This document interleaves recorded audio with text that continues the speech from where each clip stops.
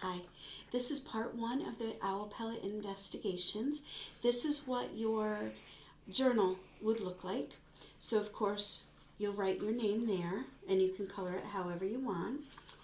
And then we'll turn to the second page, which would be the owl pellet observations, what it looks like, smells like, and feels like. And I know that you don't have it in your hand, so I'm going to do it here. So here's how the owl pellet comes.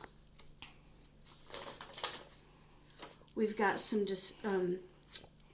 directions, instructions, and some pictures here, but I have made them bigger, so don't worry about that right now. I just want to do the part where it looks like, what it smells like, and what it feels like.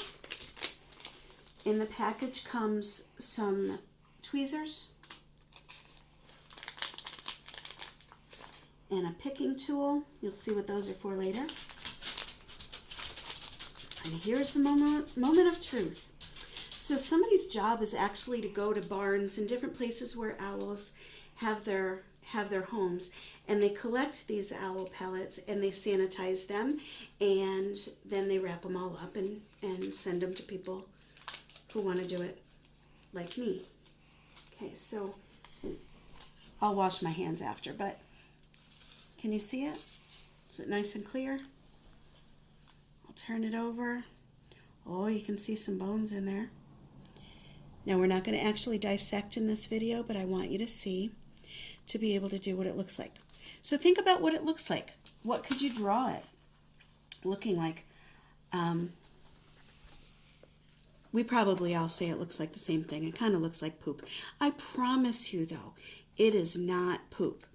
If you look at some of the other videos that I have posted, what we know is that an owl eats its prey whole.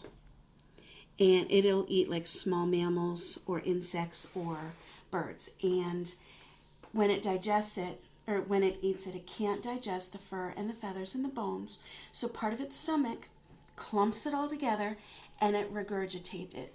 It means it throws it up. But it's not like when you're sick and you have all that yuck inside of your tummy.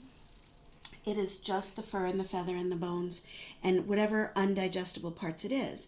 So when we're ready to dissect it, we'll soak it and we'll pull it apart and we'll see what the owl is eating. That's what's fascinating to me. So we know it kind of looks like poop. Again, it's not. But you can draw that right there. Well, you draw what your pellet actually looks like here. Draw what you think it looks like there. Okay, aim it back at me.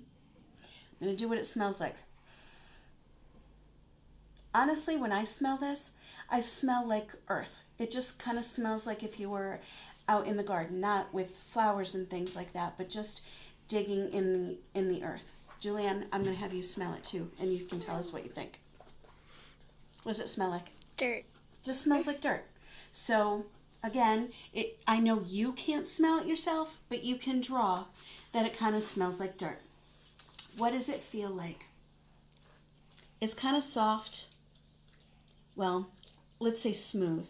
Almost looks like there's fur to it. This feather, I don't know if you can see it, but this feather actually just fell out of it. But it's smooth like fur, but it's solid enough I can tap on it. I could break it, but I don't want to do that because I wouldn't want to break any of the bones. We will be soaking it. So it's kind of crunchy. You can feel some feathers and some fur and then some hard bones sticking out. Okay, so that's that page. And I think we can do a little bit more with the owl pellet measurements. So we've got here, my owl pellet is blank long and it's got a ruler. So Julianne, if you can kind of turn it down, I'm going to measure this. So we know that when we measure, we have to line up end to end.